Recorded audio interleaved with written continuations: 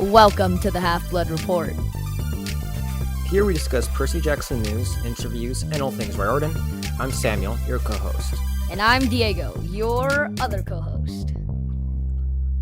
Happy holidays again. I feel like we've been saying it a lot these past couple of weeks. But we're recording this in mid-November. The idea behind this episode, similar to the last episode, we are reviewing the Sea of Monsters movie, and we kind of brought some. We doubled the size of our guests this time. The first episode we were like not enough. So we decided to have some more people on. So I'll just go down the line and introduce our wonderful guests. The highly esteemed Natalie is here. You've heard her on the show before. Natalie, welcome back. Thanks, Diego. And then we have the best meme boy, Robert. He's also here. Hello, good to be back. And from the new hit podcast, Return to Camp Half-Blood, Brayden. Hello. And also Ava. Yeah, my power just went out. So I had to turn on my little personal hotspot, but I'm back now. Yeah, right. Okay, let's get into this. Where were we? Yeah. Samuel. Continue. Yeah, so full disclosure, my good friend and co-host Diego has never seen the Sea of Monsters movie. So I thought we agreed not to tell them that, Samuel. Well, this does bring up the question, and to be fair, people in this fandom have been telling others in this fandom to never watch this movie. So, it's not like that decision is completely out of the question for Diego. So I thought it would be a really interesting way to frame this review in whether or not Diego should watch this movie. And so that's kind of going to be a thing that we can all kind of come back to as we talk about this. And just like whether or not, like, what are the reasons to watch this movie? And just, it doesn't need to be like, a Socratic seminar or whatever, but yeah, we're not in school.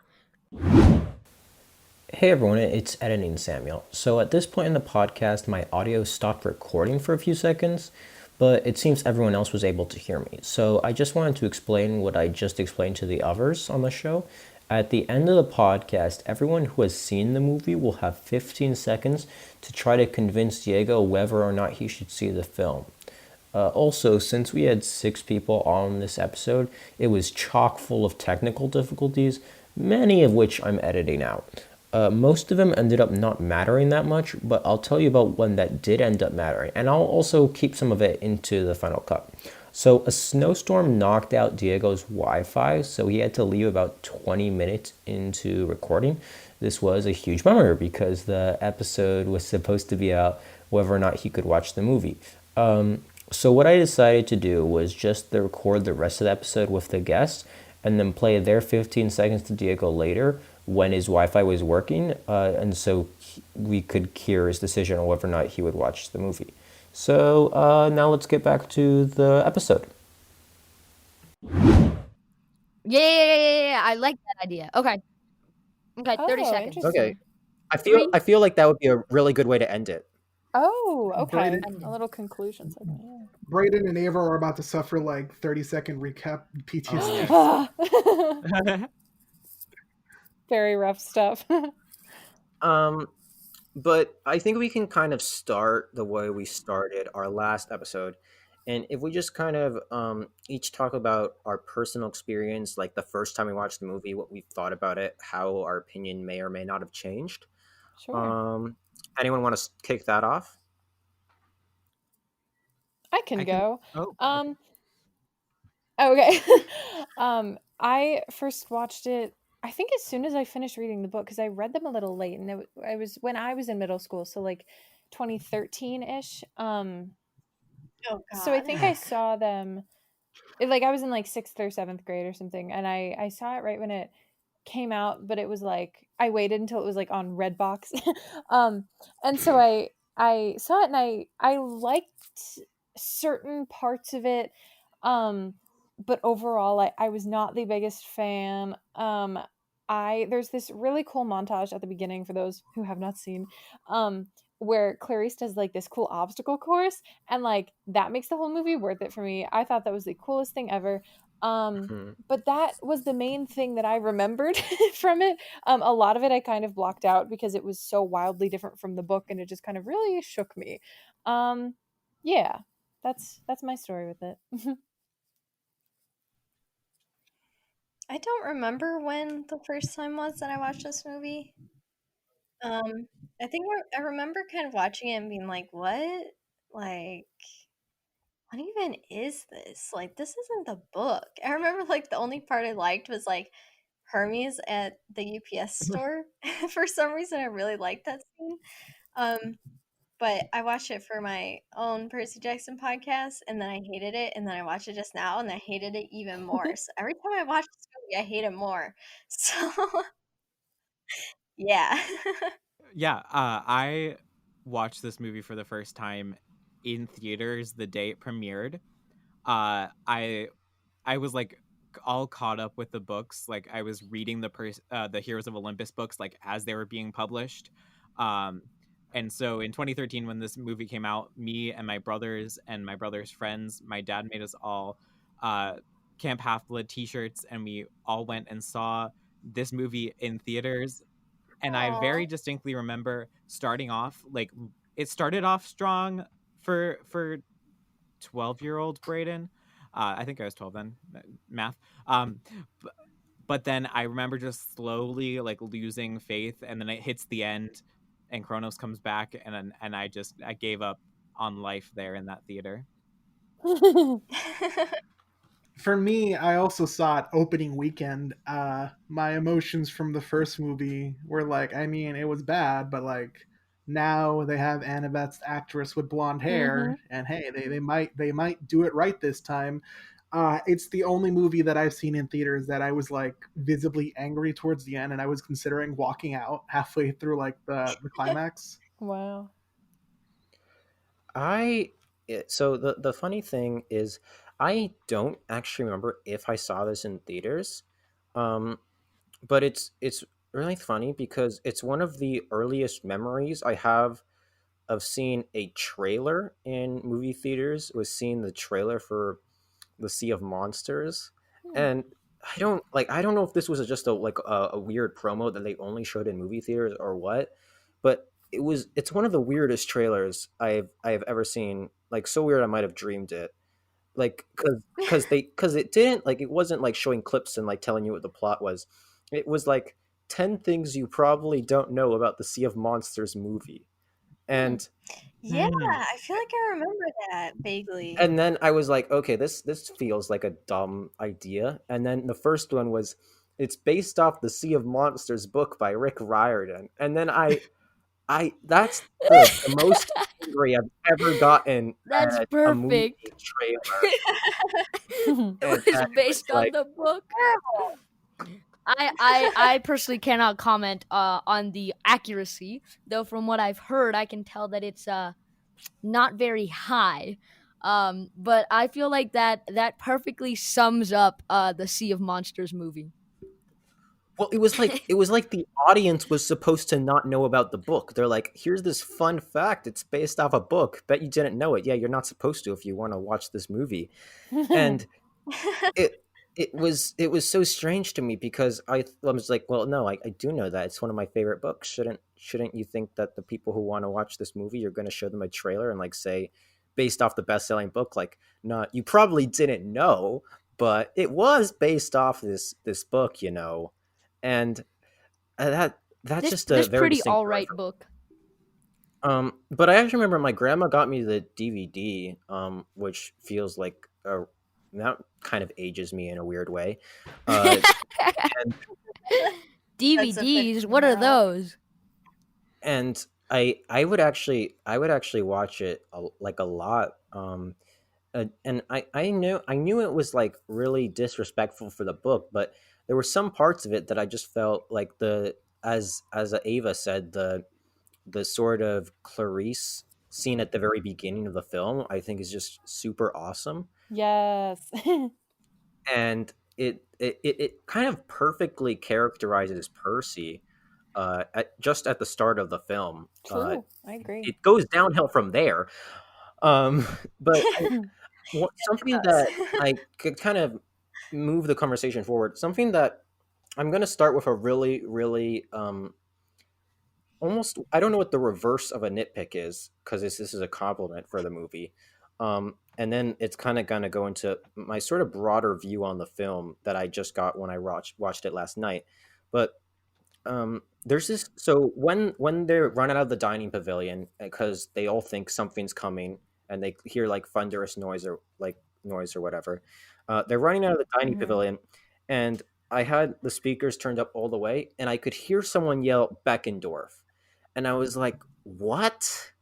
Because that's like an attention to detail in sound design and the script that someone decided to yell, to have a name of a character yelled, like if someone is caring for him and upset that camp is about to be attacked. And it goes deeper because we know Selena Beauregard is a spy, and so she probably would have known what it was, and she would have wanted to make sure Beckendorf is safe.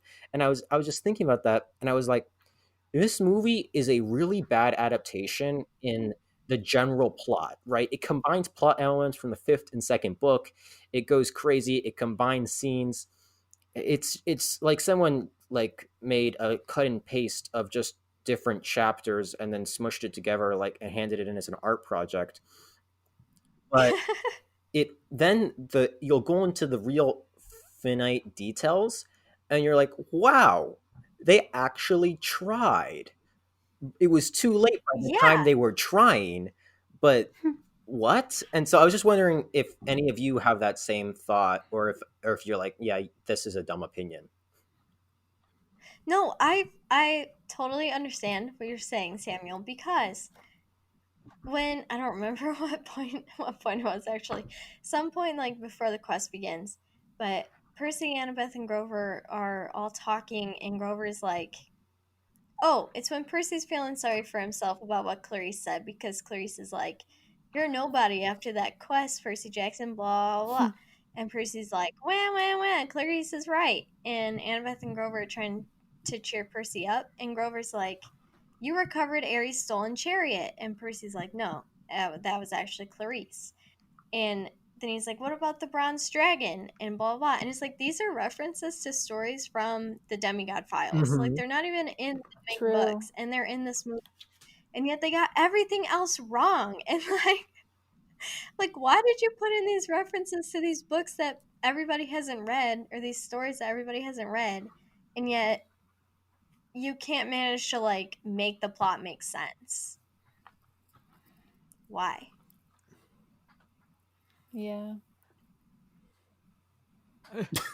I agree. Like I think That was such a that was like, why? And then just like a long pause because nobody knows why. Nobody knows why. I think like a big problem with me for the movies is that because they have spent no time, there's a few things that really make me mad. One, when you see like big overarching shots of the camp and there's like 300 people there, and I'm like, no, that's not how the books described it. They described like maybe a handful dozen of people. Yeah. Like, yeah, the gods had a lot of kids, but like those kids either died or they were never claimed or they went over the Cronus' side.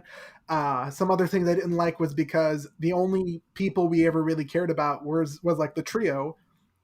Yeah. Whenever we were introduced to other characters that we know are pivotal parts of the book, we have no idea who they are. So they have to say, it's like there's a scene when they're sneaking onto the Andromeda, where Grover points out 3 Half-Bloods and he's like, that's Selena Beauregard, Ethan Nakamura, and Chris Rodriguez. And I'm Chris like, Rodriguez. yeah, we wouldn't know that if you didn't say that. They also they Yeah. actually set up Chris because he's like, Chris, are you staying? And he's like, staying at the dining table. The So- sheer amount of Yeah. times they talk about Chris Rodriguez in this film. Absurd. incredible. Like, he's not that important in the book. He is name dropped He's 3 not even that times. important until like the 4th book. Yeah. He's name dropped 3 times and Can then we just dies. hold on? Like, It's so funny. he is. But like, okay. Chris Rodriguez is supposed to be like Latino in the Yes, books, right? I didn't imagine yes, that. I also And noticed he's that. white in the movie. Why did they I make don't the know. Latino character white in the movie? They couldn't get a brown skinned guy. They definitely Come could have, and on. they were just dumb I about mean, it. okay, benefit of the doubt, he's a villain and he doesn't have his redemption arc from the books, and so maybe they didn't want to be pinned as racist, but I really don't think they actually put any thought into it. Mm, Yeah, I just hate it's like in that terrible Avatar adaptation, they whitewashed everyone, and it's such a Disney thing to do, and it irritates yeah. me. Well, this was Fox. oh, It's true. the It was worst. not Wait, Disney yet. really? It's not Disney Plus now, okay? Oh, wow. I didn't even realize that it was Di- Fox. No. That's Oh, why that. that's why we have hope for the Disney adaptation. Yeah, oh, yeah, that's better. Oh boy, not Fox. Yeah, this Can, was can I share pre-acquisition. my controversial opinion? Yes. Yes. Well, after Brayden. Oh, I was just saying that this was I don't want to was be. pre Fox acquisition by Disney. That was my only thought. You Interesting. can continue. Oh. So I mean, we're in a call together with the three people from two podcasts who have reviewed the Sea of Monsters book. It's true. Yeah. And we all have our gripes with Clarice in the book. What are you gonna say? I'm gonna say that the Clarice in the movie is the ideal Clarice. Yes. Oh, you're like the so Clarice we right. should have Oh, had. Movie you're Clarice so is right. Yes. impeccable, is incredible. I have no faults with Movie her, Clarice. except there's not enough of her. Movie Clarice made Yeah. Clarice one of my favorite characters. Like, Movie- she did such a great job. Like, yeah, she's like arrogant and cocky, and I'm the daughter of Ares, blah blah But I blah. love But her. like, she like towards the end, she learns that she can't do everything alone. She has to trust people. She and Percy have this like frenemy, mutual respect relationship by the end, which I Yeah, love. it's epic. It's Clarice in this movie is amazing, and that's the kind of like the one of the details that I think they really got right. Just her whole personality. I agree. Yeah. It's a great job. One thing that I actually kind of thought about is that it's so weird because I guess like the Percibuff was set up in the previous movie, but watching this movie, Clarice and Percy have more romantic chemistry than Percy and Annabeth. I completely Ooh. agree. Yeah. Okay, that's because Alexander It's true. Daddario is a horrible actor. Oh, Hot take. dang. Oh, I cannot stand Alexandria Daddario. Like, her eyes irritate me, and she's just not Oh, a I good think actor. she's really pretty, and I think thought she's she was fun a on New Girl. pretty good actor. I don't know. She was fun on New I hate, She was. I hate New so much. My main problem with her is that she does not play Annabeth Chase. She plays ditzy blonde who needs to be saved all the Oh time. man. Oh my god, okay. The part where she's running from the bull and she like runs and jumps and is like, Percy! Yeah. And he has to run back and pick her up even though she just fell over nothing infuriates Yeah. me to no end. It makes me so angry. I was gonna say the biggest problem that the writers encountered in making this movie was they realized that in the first movie they combined Annabeth and Clarice into two people, Mhm. and then they moved all of Everyone, yeah. that character onto the new Clarice character Mhm. and took away any Yeah. character traits from Annabeth, and she does nothing this entire movie. I think the bull scene kind of really the whole bull sequence really kind of shows a lot of how this movie just doesn't work, or like it's all its problems. Okay, so we start off with like the bull comes, okay, the bull comes in a cool way, right? Whatever. um they set up Chris Rodriguez, okay, that's fine. And then the fight scene, it's really weird. So first they all run away, but then the characters have like no plan against the bull. They're just each trying their own thing, which, to be fair, that's fine. It can actually, I'm not sure if the writers actually intended this, but it almost shows growth in the way they have a plan and they work together as a team by the end. But the thing is, so Percy and Annabeth, they work together in this fight. Like, he's about to be killed by the bull, and then she like distracts it before it kills him. And So that's, whatever. It's okay, not good, but okay. And then so it kind of all goes to this really really cool shot that they put too much time and thought into, where he throws his sword into the bowl. And so then they're like, wait a I hate second. that scene so much. And then there's Luke, and they're like, wait, we gotta establish that he's not dead because we kind of killed him off in the first one and whatever. Because and then they're like, we gotta like do stuff. So then like they just make him teleport because he didn't do that book. And like, oh, we gotta figure out like how Talia's tree is poisoned. And then this makes me so mad. So they all go up to the tree. The bull has been defeated, right? They're all like, the bull has been defeated. Who defeated the bull? Percy. Okay, Percy defeated the bull. But then when he shows up, like all injured, everyone is like, Percy, you're alive. Well, that's because you defeated the bull that you all stopped fighting. Like you're all fighting the Yeah. bull, and then you're like, oh, let's go over to Tully's tree. I wonder who killed the bull. It's Percy. He's alive. Percy, you're alive. I didn't know that because I didn't know that you killed the thing I was trying to fight. It just That's not true because Percy's completely alone in the bull scene, and then all of a sudden everybody's at the tree, and they're all like, "Oh, there's Percy." and Annabeth runs up and hugs him, and like okay, you saw him like less than 5 minutes ago, and it's like, did you think he was dead? Then like why were we not looking for his body? Like Nobody trying to check on Percy, who was the only person left fighting the bull. but it's, why did they stop fighting the bull if they didn't realize that Percy had defeated it? And that's, I think that kind of sums up the movie. It's like they made this cool shot or whatever, and then they like were like, yeah, we have action, so that's, we accomplished our goal. And then they what? I agree, That's so but it true. also leads me to maybe a controversial opinion that there is a lot of very cool CGI design in this movie. And like the bull is very cool. The Grey Yes. Sisters cab is very cool. Rainbow is very cool. Hermes lair is Yeah. very cool. Why is there no cruise ship? Yes, but most of the production design is very well done. And then we get to Cersei Land, which just doesn't like looks cool, but doesn't make sense and is impractical. Angry about that. It just doesn't makes no sense. Quickly, did anyone, like, when they went on Rainbow and they got off on the Princess Andromeda, did anyone else think this is such a small boat? This is barely a fishing boat. Yes. Yes. I don't really know the types of boats, but I did enjoy how it looked. So Like, my dad has a boat that size. Like, it's supposed to be a yacht. It's supposed to be massive, like a cruise ship, not like a little tiny like cruiser. Like it was small for yacht standards. yeah. Oh. Going back to Cersei Land, does anyone else here know why they had a Cersei Land? I have no clue. No, Mm-mm. Okay. I think Because Is this a rhetorical question or is there an Wait. answer? I'm very I have an answer. okay. Ooh, oh okay. my god. can I guess first? Go ahead, Natalie. My guess is that they wanted to include parts of the amusement park that Percy and Annabeth go to, where the Tunnel of Love is, No. and then they were like, "Oh no, we have to wrap up everything in this one movie because nobody wants us to make any more movies."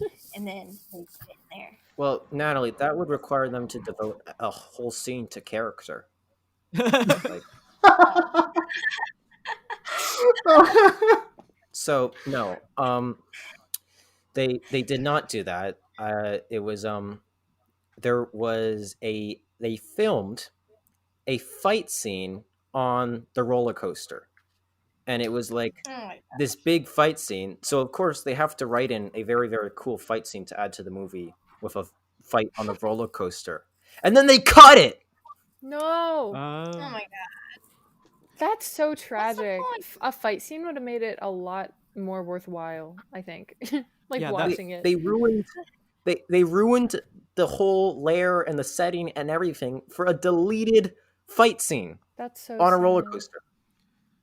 That's Yeah, so it's like sad. I can Also, I I can would have. respect a setting change if it furthers the plot in any way, but it like in the final edit of this movie, it had nothing to do with the fact that they were in an amusement park whatsoever. Besides the little "It's a Small World" scene, that was very funny. So, I want to say that was peak ADHD. oh yeah, Where Percy was like, "It's a small world after all, after all," and then Annabeth joins him because she also has ADHD.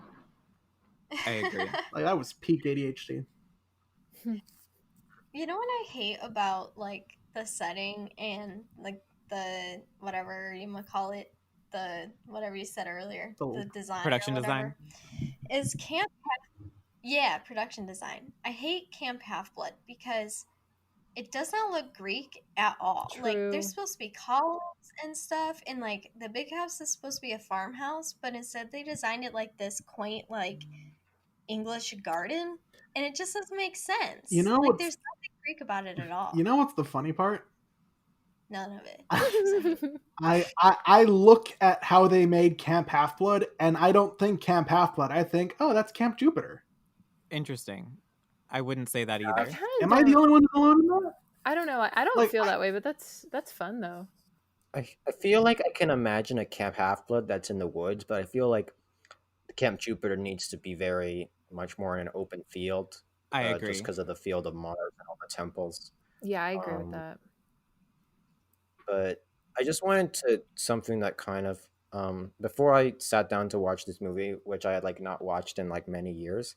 I read the summary on Disney Plus, or I guess the tagline, and it says, "The thrilling adventure of Percy Jackson, the son of Poseidon, continues with a cross-country quest to find the magical golden fleece that will save his world and save us all."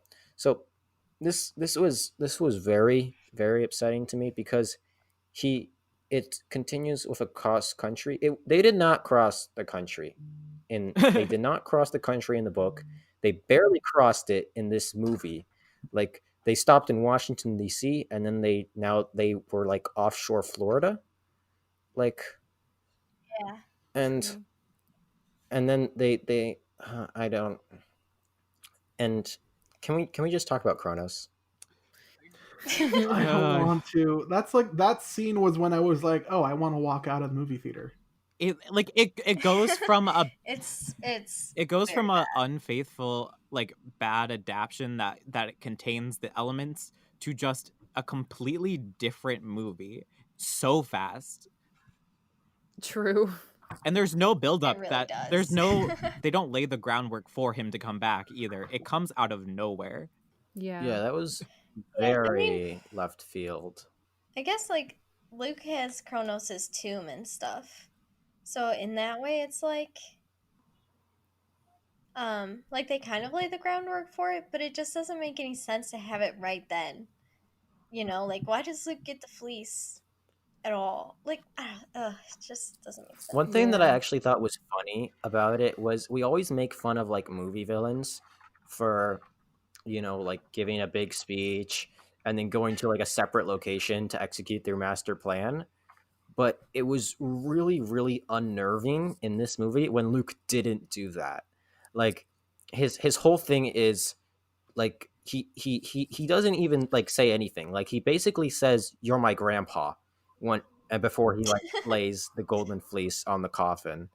Um, and then he he just like then Kronos comes up and they don't even like wait to like get back on the cruise ship or like go to the mainland or anything. It's like right there, right above Cersei's island, right like where there's a Cyclops. And I was it just was like this is the pacing is just so weird here.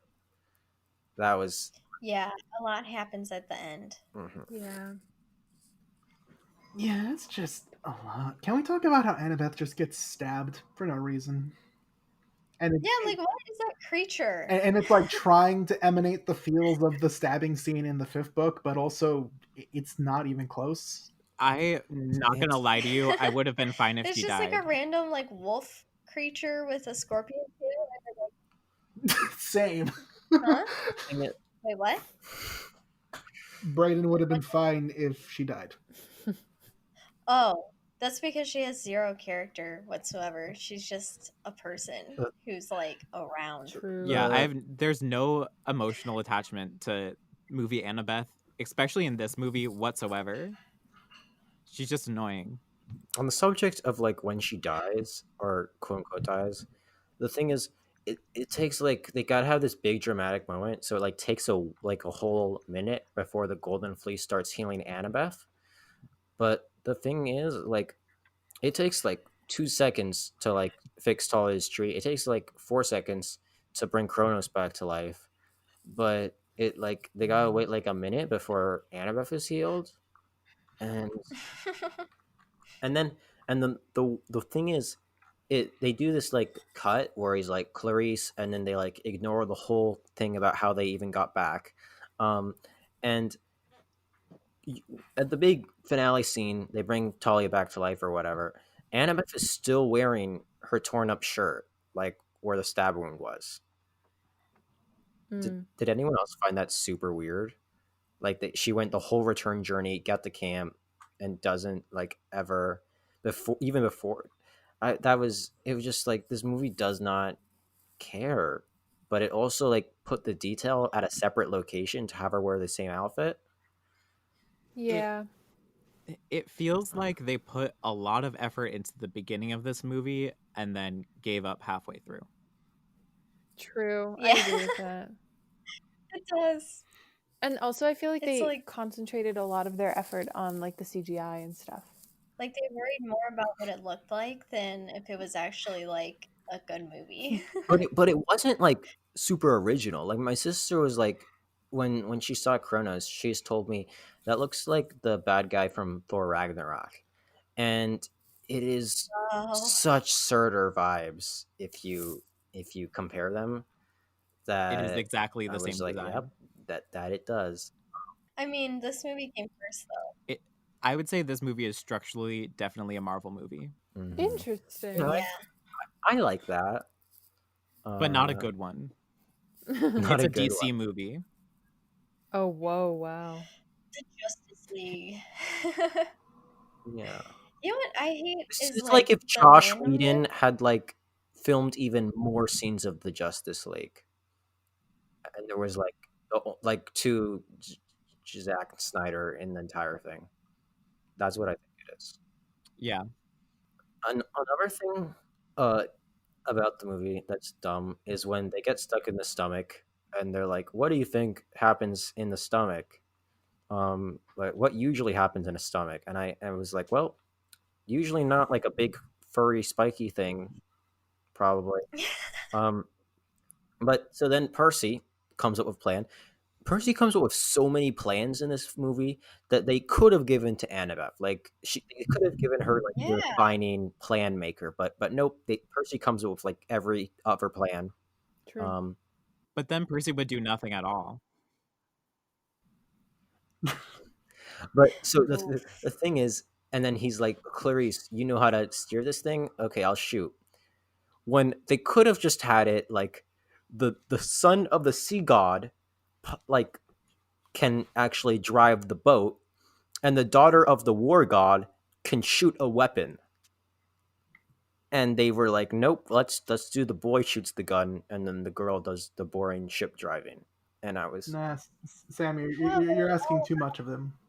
they're all about the whole damsel in distress thing in this movie because like Annabeth has to be saved by Percy for no reason. Tyson saves Clarice from the bull. Like the girls in this movie do nothing interesting. I mean, the guys don't do it that much interesting either. To in their defense, but like the girls are basically just like bodies in this movie, especially Annabeth, and I hate it. I actually well Yeah.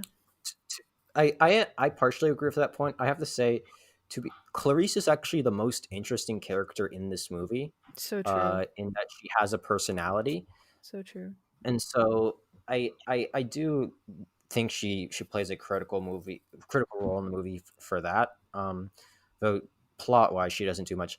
What I have to say is I like how the movie introduced this satyr character, and then they're just like, yeah, he gets eaten off screen. Yeah, They made a very big point to introduce them too. Yeah. Yeah, they did. Yeah, he's Grover's rival, and he's like the cool, popular satyr. What was his name? I have no idea. Exactly. I Exactly. literally have He was, not a It's clue. something complicated. he was the buff blonde one with the bigger horns. Oh, Yeah. I know the one. I just can't remember the name. I No one can remember his name. They said his name twice, and he's such a forgettable character. That's the point. yeah, true. I thought it was interesting, but then he goes away in like 2 seconds. So True. It'd be like that.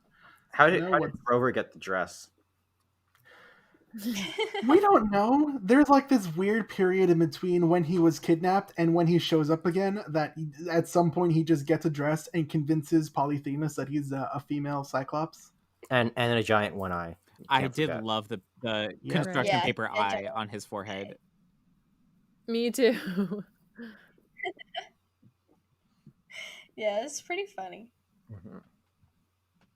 Yeah. I think I don't know. It's just everything is so bland in this movie. It's like even like it's just like a mediocre adventure movie at best. Like there's nothing special about this movie. If we want to talk about bland and boring, can we talk about the actress who plays Talia? I I don't even agree. remember. Yeah. I watched this movie like a Her- week her- ago, and I still don't remember it. Her, So. her last she was in the last 5 minutes of the movie, and she just delivered every line like, "Hi, I'm the daughter of Zeus, Talia." She was on screen. I think she only had like 3 lines, didn't she? She's like, She was like on screen for 30 seconds, and in I- those 30 seconds, I was just like, "That's not Talia." True. Oh, okay, it's coming back to me. Yeah, I'm really, really hoping that the series makes her this like super cool. I don't know. She deserves to be super cool. She does. I love Talia. I thought it was hilarious that they were like, okay, wait a second. So we combined the second book and the fifth book, and then we introduced a character that is specifically important for the third book. Yeah. So we gotta like have this scene where he implied, listen, maybe this wasn't actually the fifth book, because and then Chiron's like, yeah, so Percy, don't know if the prophecy's complete. Might have been referring to that whole event you did. Might have been referring to something in the future, and it was just like, okay, we're introducing this character just because like that's how it's supposed to end, but like it doesn't actually have any significance. So let's just keep our options open, and maybe we make a sequel, maybe we don't. It was and then they don't make a sequel. yes, it Yeah. was just like, okay, just conclude it. You can forget about Talia, or at the very least, make Talia's comeback like a fun thing because now Annabeth has her back. Don't make it like now there's a new possible person to the prophecy that I completed. Yes. yeah. Well, like, what were they going to do?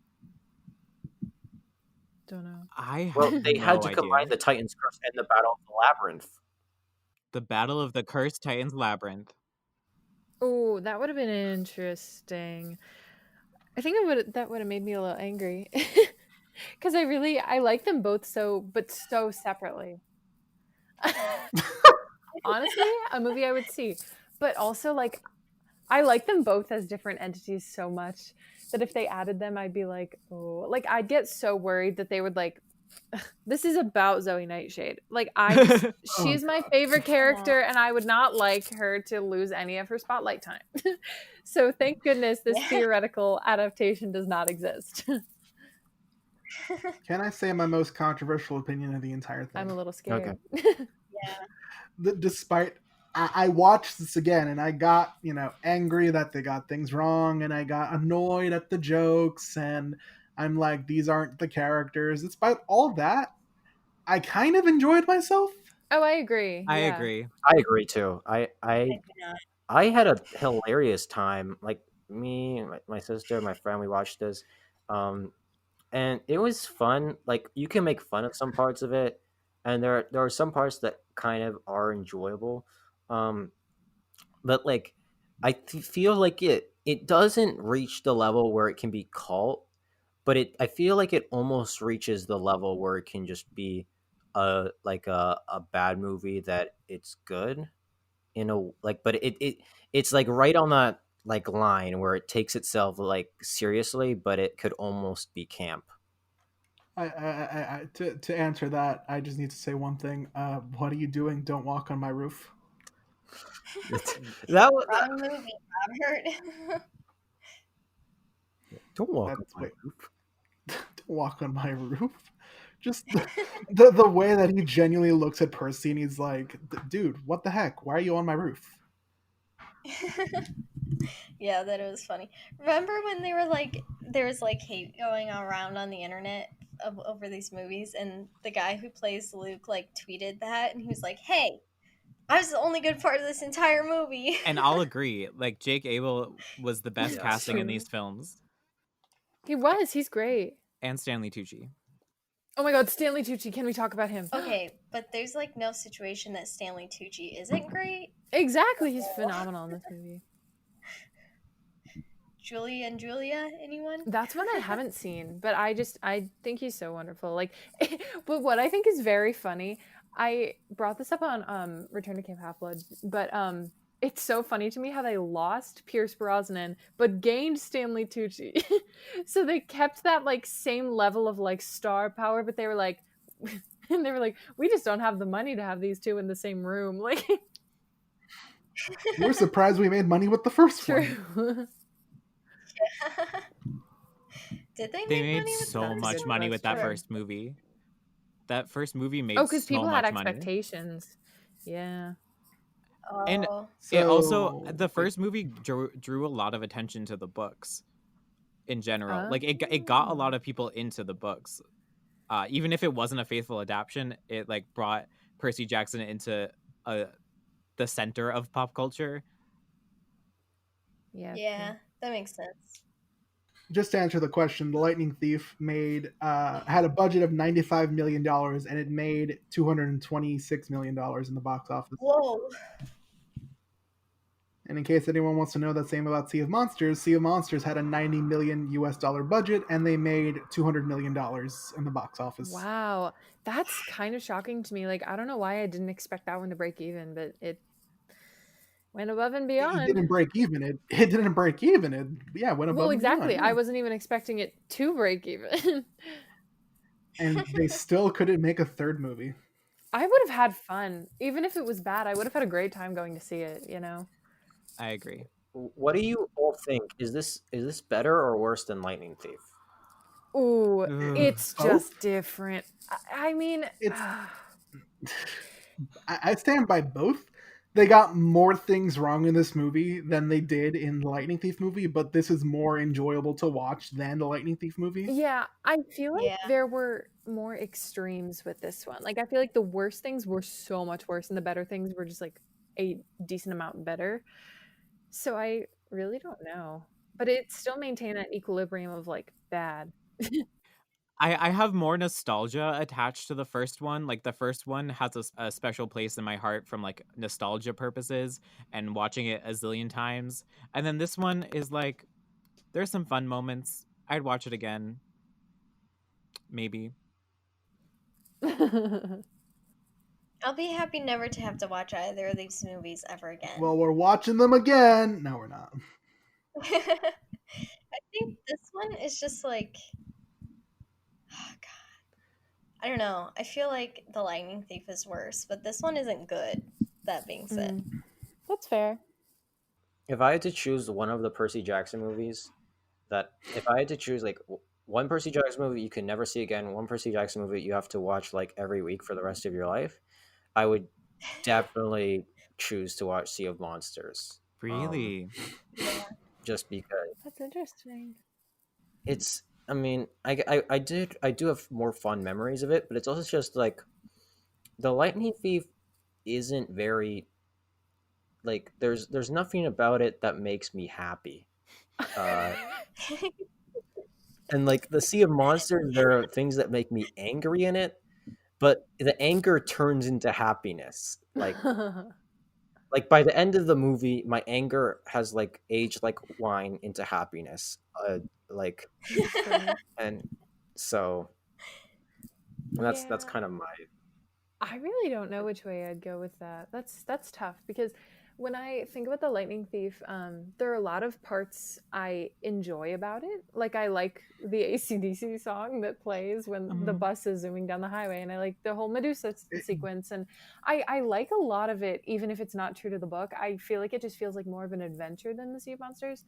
But in The Sea of Monsters, I don't know, you get the iconic Stanley Tucci Dionysus, and you get the iconic obstacle course Clarice scene, and you get Tyson, and like there are just so many good things. I don't know, like when I watch The Sea of Monsters though, I don't feel like I just watched a movie, if that makes any sense. Like there are those few movies that I watch them and I'm like, did something just happen in front of me? Like I felt nothing. Like I felt like nothing just happened. Like maybe it's just because of how it's filmed, maybe it's because of, I don't know, how they handled the action, but The Lightning Thief feels like a movie to me. But The Sea of Monsters just has those like little good aspects that I enjoy amongst the rest, you know? Yeah.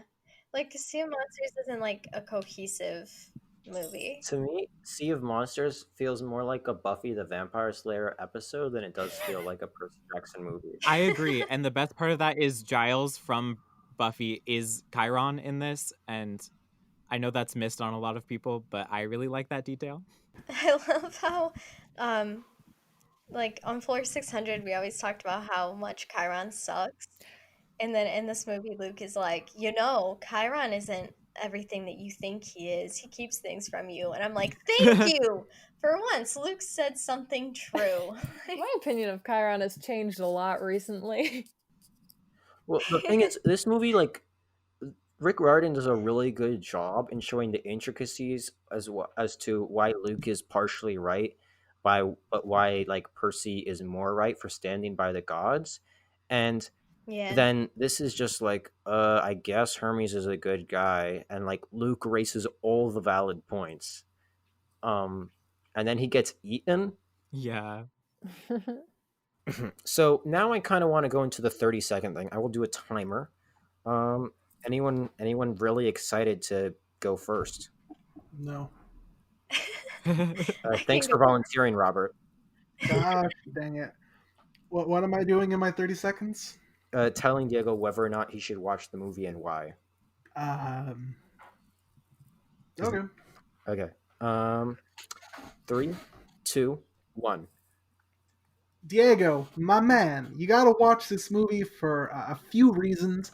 Number one, and that's the end of my reasons. Well, you certainly got there in less than 15 seconds, so I applaud you. Natalie, do you want to go next? Sure. Okay. 3, 2, 1. Diego, you should not watch this movie.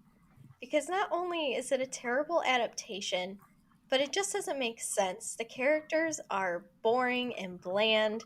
It's not interesting. There are many things that are infuriating about it. And you could probably spend like an hour and 38 minutes of your life doing something else. Anything else. Anything else. Don't watch it. Nice. You had 4 seconds. Brayden or Ava, who wants to go next? I will go.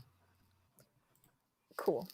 Your 30-second timer starts now. All right, Diego. So you should definitely watch this film because it is a great lesson in how not to make a movie.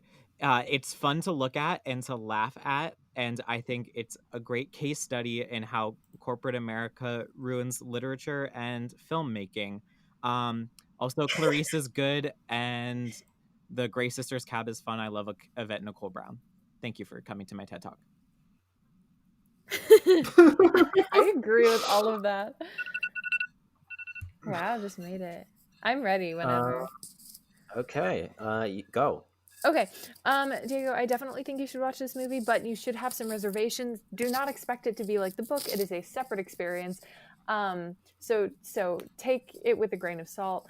But yes, the Clarice obstacle course scene will hopefully shine for you as much as it does for the rest of us. And I agree. I love Yvette Nicole Brown. Also, the Grey Sisters cabin scene is a gem. And yay for character development in Clarice, which is a fun surprise. Nice. Oh no, this is a 50-50 split. I don't know if I wanna. Tiebreaker, tiebreaker, tiebreaker. Oh no. Okay. Anyone want to time me? I'll time you, buddy. I got you. Oh, I'm not prepared. Wow, I thought you were like just so disappointed that I'm the one timing you. 30 seconds. Are you on your mark? Get set. Go. Okay, Diego, co-host, buddy of mine. You gotta watch this movie. Um, it's not a very good movie, but it's a fun one to laugh at and to enjoy. And I feel like being a true Percy Jackson fan, you have to acknowledge the history of the fandom and everything it's kind of made up to. And I think that acknowledges you have to love the worst, most terrible parts of the Percy Jackson's history. Uh, yeah. That's your 30 seconds. Hey, this is Samuel, and I just wanted to pop in here and say that I wasn't saying you should love the Sea of Monsters movie. I was saying that you should kind of love that part of the fandom where there was kind of no hope for a good Percy Jackson adaptation. And now we have a great one in the musical and an upcoming one, which, has set up amazing expectations for itself, which I'm sure it will surpass. Of course, it's kind of hard to be this articulate when you're on a 15-second timer, which is why I kind of said that you should love the movie. Cheated. It wasn't like, um, but I kind of should say, you might have just heard him. He's calling me a cheater. It's Diego. Uh, Little bit. it's taken It a is couple. Diego. That His internet is bad, um, and so like, you heard all those great reasons. You unfortunately didn't get to hear the whole edited episode, but I mean, what do you think? Are you going to watch the Sea of Monsters movie now? Well, three people said you should, and two people said you shouldn't. But one of those three people was me, so I don't know if that counts. So come on. I'm deliberating. I don't know. I feel like the reasons presented were vast and numerous. Um, and the dizzying intellect of Robert's response was. I mean, I don't even know what to make of it. From what I've gathered, the movie overall is a bad movie. The movie is bad, but while the movie is bad, it is a part of a fandom that I'm talking about often. And therefore, because of this, I should watch the movie in order to be able to educate myself on this certain part of the fandom in order to be able to like talk about it in a more like fluid manner in the future. You So I could have think just with said that that, you wanted to see Get Off My Boat. with that, I think I'm gonna watch it sometime, probably in the future when Like I in a get Disney year, Plus. like for our like we can do like our yearly Sea of Monsters review, and you can watch it like in a Yearly year. Sea of Monsters review. Yeah, I don't know. I don't know if I I'm can not. convince I'm my not parents even to get Disney joking. I'm Plus. not even joking, Diego. I I'm want to do a watching it Festus TV segment on the Percy Jackson movies every year for the holidays. Okay, I'm every not single joking. year. Every single Wow, as long as this podcast is running, that will be our holiday season tradition. So holiday season tradition. Okay. before we go to the outro, let's hear what the other podcasters had to say about their own podcast. All right. Now comes the part you're all here for. Um, tell us where we can listen to your podcast, how we can find you on the interwebs, whatever. If you want to hear more of Ava and I, you can find us at Return to Camp Half Blood podcast on any podcatcher that you listen to. We're on most of them, and you can follow us at Return to Camp on Instagram and Twitter. Yay! Please. Uh, Hello, friends. I am, as I was given credit to earlier in the episode, the damn meme page. Don't worry, I didn't say a bad word. It damn spelled DAM. I'm that on Instagram and Twitter. I also have my own Percy Jackson podcast. You're listening to it because we have gone into the RiordanVerse. Eh? Now, it's a podcast called Into the RiordanVerse. Me and my co-hosts look at all the books that aren't a part of the Camp Half-Blood Chronicles. So no Percy Jackson and the Olympian, no Percy Jackson and the Olympians, no Heroes of Olympus, no Trials of Apollo. We're in the middle of finishing the King Chronicles, the Red Pyramid. We have like a month or two left of that book to go, and I'm surprised. And Natalie, you want to tell us about all the podcasts you're doing? I'm not doing any podcasts at the moment. I'm just kind of bouncing around on other people's podcasts until I actually have time to do my podcast, which, and I was doing Floor 600 podcast, which you can still listen to, by the way, if you feel like it. And then you can also follow my art Instagram, which is called Natalie the Painter. So go follow that and enjoy my infrequent posting of my art. Yeah. That's great. That's it. I want to thank all of you for joining, for putting yourselves through this movie just to talk about it on this humble podcast. And Humble podcast, Mr. Interviewed Rick Riordan. Yeah. Seriously. Thank you very much for having us. Yeah, thank you for having us. It was fun. Thank you for having us on this humble podcast. Hey, I'm back. yeah, we are recording the outro now. And before we did, we thought this would be a good time to kind of apologize for our extended hiatus. Yeah, We extended. we Too didn't long. really get to do it last episode, which was the first episode back from our hiatus. But now let's kind of talk about that. There are a lot of things leading up to it. School kind of got really tough for both of us. Diego was moving. I got kind of sick. A lot of stuff happened. We're not YouTubers, so I don't feel like we need to tell you every aspect of our personal lives. But I'll just say we both feel really bad that we had to kind of do it. But we at least announced on our socials that it was happening. But I'm just Well, really glad that we're back. yeah, no, I think that's pretty much it. And while Samuel does say we're not YouTubers, do please go and subscribe to the YouTube channel. I forgot that we It's had not a our YouTube. main I forgot that we form. had Yeah, one of those. honestly, I forgot it until you mentioned it. We have a lot of stuff. And you should Oh, subscribe to all of it.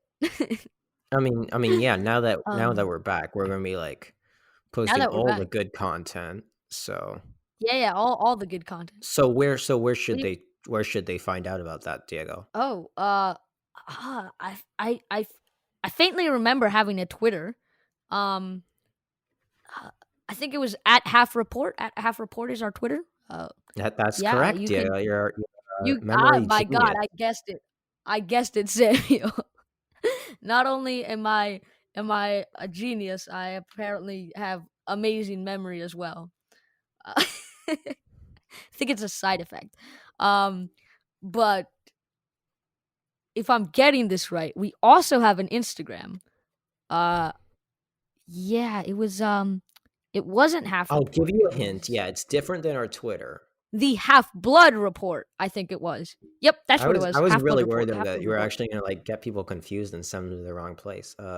It is get at the get Half people Blood confused. Report on Instagram and at Half Report on Twitter. And oh man, I'm struggling. I'm struggling with the email. The Half Blood Report at gmail.com. And Diego, I I know they're think that's supposed to it, leave Samuel. reviews somewhere. Yeah, they were meant to like send us messages or participate in some sort of social media experiment I had going on. Was it a website, Samuel? Well, yeah, we have a website, thehalfbloodreport.com, but we do also have you can listen to us on all the platforms, but we would love if you reviewed us on Apple Podcasts. That helps a lot if you review. And we actually read those reviews and respond to them on our seasonal mailbag episodes. And hey, Diego, it just became winter.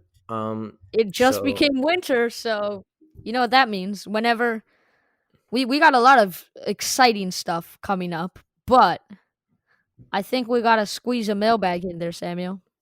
yeah, it'll probably happen. I'll tell you, our winter mailbag will probably happen in winter. So yeah. Yeah, Um, I but say that's probably that's an it for accurate. this episode of the Half Blood Report. Um, oh, we have to thank our amazing patrons, right? Oh yes, God. We would like to give a really special thank you and shout out to our patrons currently supporting us. We have Magnus, Chase, and Finian, and I want to thank them for sticking with us, even though there's kind of 2 month hiatus. So I know we kind of gotta step up our patron game, Samuel. Yeah, and I can say we'll be posting content on the double over there. So this would be a great time to check it out. And we're gonna be doing a giveaway for is it the $3 tier and above, Diego? Yeah, Um, I think that's kind of what we're planning. Some sort of so I giveaway. won't say what yet, but you'll probably hear that in the next episode. What we're gonna be giving away on the Patreon because Yeah, Diego let's and I just have to say talk it I'm back over. in NYC. Um and I have recuperated our amazing giveaway gifts that I have here at home. Um, so Diego, do you remember the Yeah, lines? I think I do, Samuel. That said, it's time for credits. Our theme music is actually by me. I do our editing. My co-host here is Diego, and I'm Samuel. This is the Half Blood Report podcast, the only HBR that matters. Survive till next week.